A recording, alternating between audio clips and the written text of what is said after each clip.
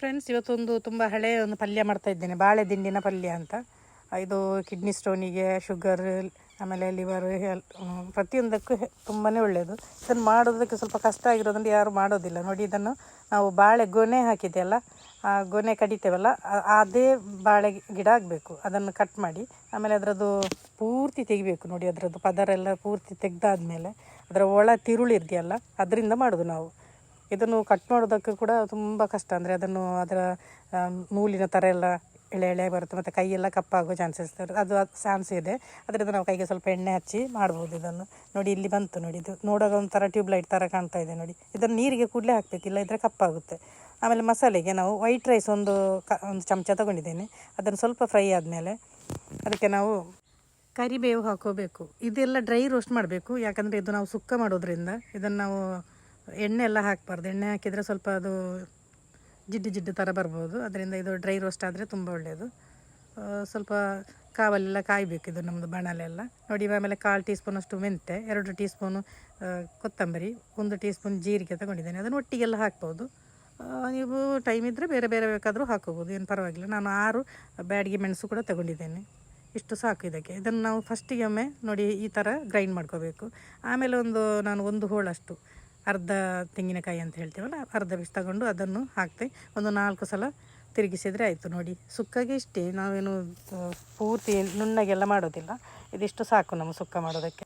ಇವಾಗ ಇನ್ನೊಂದು ಪಾತ್ರೆಗೆ ಸ್ವಲ್ಪ ಎಣ್ಣೆ ಹಾಕಿ, ಅಂದರೆ ನಾವು ಇವಾಗಲೇ ಇದನ್ನು ಒಗ್ಗರಣೆ ಹಾಕ್ತೇವೆ. ಒಂದು ಚಮಚದಷ್ಟು ಉದ್ದಿನ ಬೇಳೆ ಹಾಕ್ತಾ ಇದ್ದೀನಿ. ಹಾಗೆ ಅದಕ್ಕೆ ಸ್ವಲ್ಪ 1 ಚಮಚದಷ್ಟು ಸಾಸಿವೆ ಕೂಡ ಹಾಕ್ತಾಯಿದ್ದೀನಿ, ಕರಿಬೇವು ಕೂಡ ಹಾಕ್ತಾಯಿದ್ದೀನಿ. ಈಗಲೇ ಒಗ್ಗರಣೆ ಹಾಕೋದು, ಆಮೇಲೆ ಒಗ್ಗರಣೆ ಹಾಕಲಿಕ್ಕಿಲ್ಲ.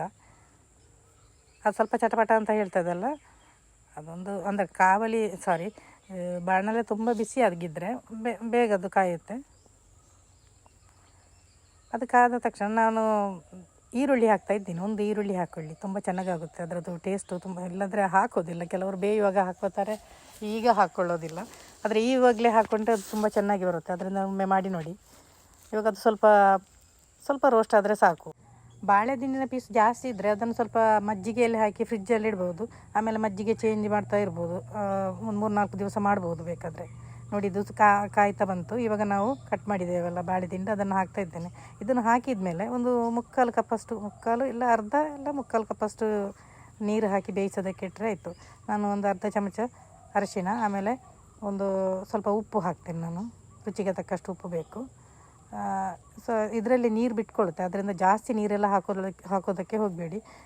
ಸ್ವಲ್ಪ ನೀರು ಹಾಕಿದರೆ ಸಾಕು, ನೋಡಿಕೊಂಡು ಹಾಕಿದರೆ ಆಯಿತು. ನಾನು ಸ್ವಲ್ಪ ಹುಣಸೆ ಹಣ್ಣಿನ ಜ್ಯೂಸ್ ಕೂಡ ಹಾಕ್ತಾಯಿದ್ದೀನಿ. ಸ್ವಲ್ಪ ಹುಣಸೆ ಹಣ್ಣನ್ನು ಸ್ವಲ್ಪ ನೀರಲ್ಲಿ ಹಾಕಿದರೆ ಆಯಿತು. ಅಂದರೆ ನಾವು ಗ್ರೈಂಡ್ ಮಾಡುವಾಗ ಹಾಕಿಲ್ಲ, ಈಗ ಹೀಗೆ ಹಾಕಿದರೆ ತುಂಬ ಚೆನ್ನಾಗಾಗುತ್ತೆ. ಇದನ್ನು ನಾವು 1-2 ಸಲ ತಿರುಗಿಸಿ ಆಮೇಲೆ ಒಂದು 10-12 ನಿಮಿಷ ಬೇಯೋದಕ್ಕೆ ಇಡಬೇಕು. ಅದು ಚೆನ್ನಾಗಿ ಬೆಂದಿದ್ದು ಗೊತ್ತಾಗುತ್ತೆ, ಅದು ಮುಟ್ಟಿದಾಗ ಮೆತ್ತನೆ ಇರುತ್ತಲ್ಲ, ಹಾಗೆ ಒಂದು 10-12 ನಿಮಿಷ ಬೇಯೋದಕ್ಕೆ ಇಡೋಣ. ಅದು ಮೆತ್ತಗಾದರೆ ಸಾಕು. ನಾನು ಸ್ವಲ್ಪ ಉಪ್ಪು ಕಡಿಮೆ ಆಯಿತು ಅಂತ ಸ್ವಲ್ಪ ಉಪ್ಪು ಹಾಕ್ತಾ ಇದ್ದೇನೆ. ಉಪ್ಪು ನೋಡಿಕೊಂಡು ಹಾಕಿದರೆ ಆಯಿತು. ನೋಡಿ, ಸಾಧಾರಣ ಬೇಯ್ತಾ ಬಂತು ಇವಾಗ. ಇನ್ನೇನಿಲ್ಲ ಅದಕ್ಕೆ. ಅದು ನಮಗೆ ಕಟ್ ಮಾಡೋದು ಅದು ಮಾತ್ರ ದೊಡ್ಡ ಕೆಲಸ. ಆಮೇಲೆ ಬೇಯಿಸೋದ್ರ ಎಲ್ಲ ಅಷ್ಟು ಏನು ದೊಡ್ಡ ಕೆಲಸ ಅಲ್ಲ, ಅದು ಬೇಗ ಆಗುತ್ತೆ. ಒಂದು 10-15 ನಿಮಿಷದಲ್ಲಿ ಪಲ್ಯ ರೆಡಿ ಆಗುತ್ತೆ. ನೋಡಿ, ಎಲ್ಲ ನೀರೆಲ್ಲ ಆರಿ ಹೋಗಿದೆ.